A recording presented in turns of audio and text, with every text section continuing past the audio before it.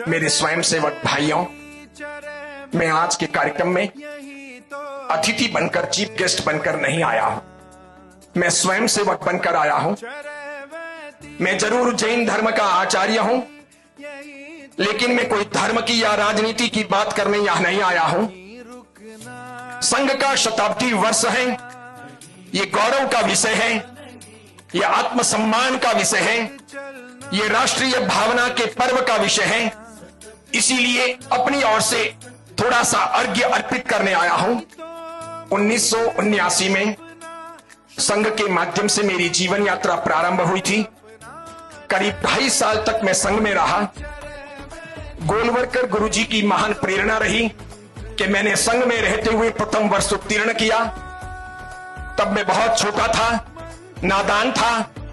मुझे इस प्रकार खेलने के लिए शाखाओं में ले जाया गया था।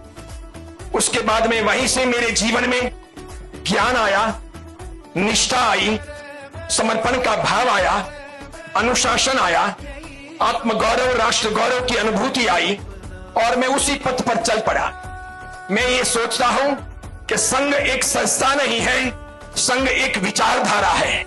संघ निष्ठा है, संघ आत्मगौरव है, संघ राष्ट्र गौरव है, संघ जीवन की सुरक्षा है, संघ बौद्धिक संपादन है, संघ में सब कुछ है।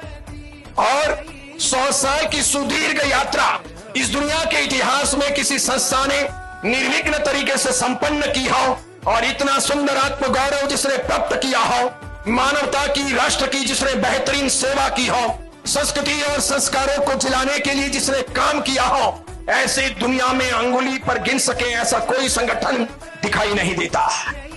राष्ट्रीय स्वयंसेवक संघ एक ऐसा संगठन है जो बिना लड़ाई के 100 साल तक यहां पर पहुंचा है, बिना धर्मांतरण के यहां तक पहुंचा है, बिना राजनीति के यहां तक पहुंचा है, बिना अनीति करके, बिना भ्रष्टाचार करके यहां तक पहुंचा है, बिना पैसा या बिना प्रलोभन के यहां तक पहुंचा है। कोई संस्था इन चीजों को साथ में लिए बिना 100 साल की यात्रा पूरी नहीं करती। लेकिन ये बहुत बड़ी बलिदानी शक्ति है कि ये समर्पण की भूमिका पर तैयार हुआ और इस प्रकार यहां तक पहुंचा है।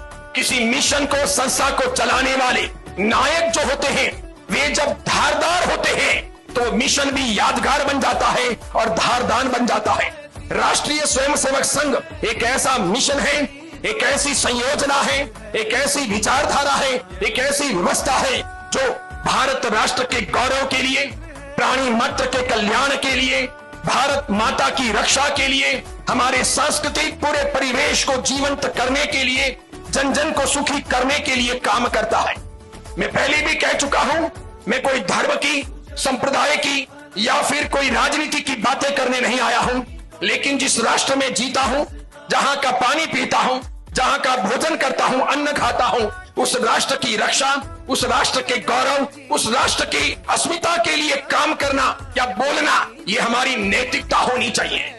इसके लिए सबके मन में आत्मगौरव होना चाहिए। बंधुओं, बुज़दिल बनकर, कमजोर बनकर जीने से कुछ नहीं होता। अगर हम अदृश्य को देखने की शक्ति प्राप्त कर लें, जो चीजें दिखाई नहीं दे रही, जो हमारे सामने नहीं है, लेकिन ऐसा हो सकता है, उन अदृश्यों को देखने की शक्ति अगर हम प्राप्त कर लें तो हम असंभव को संभव बना सकते हैं, इम्पॉसिबल को पॉसिबल कर सकते हैं।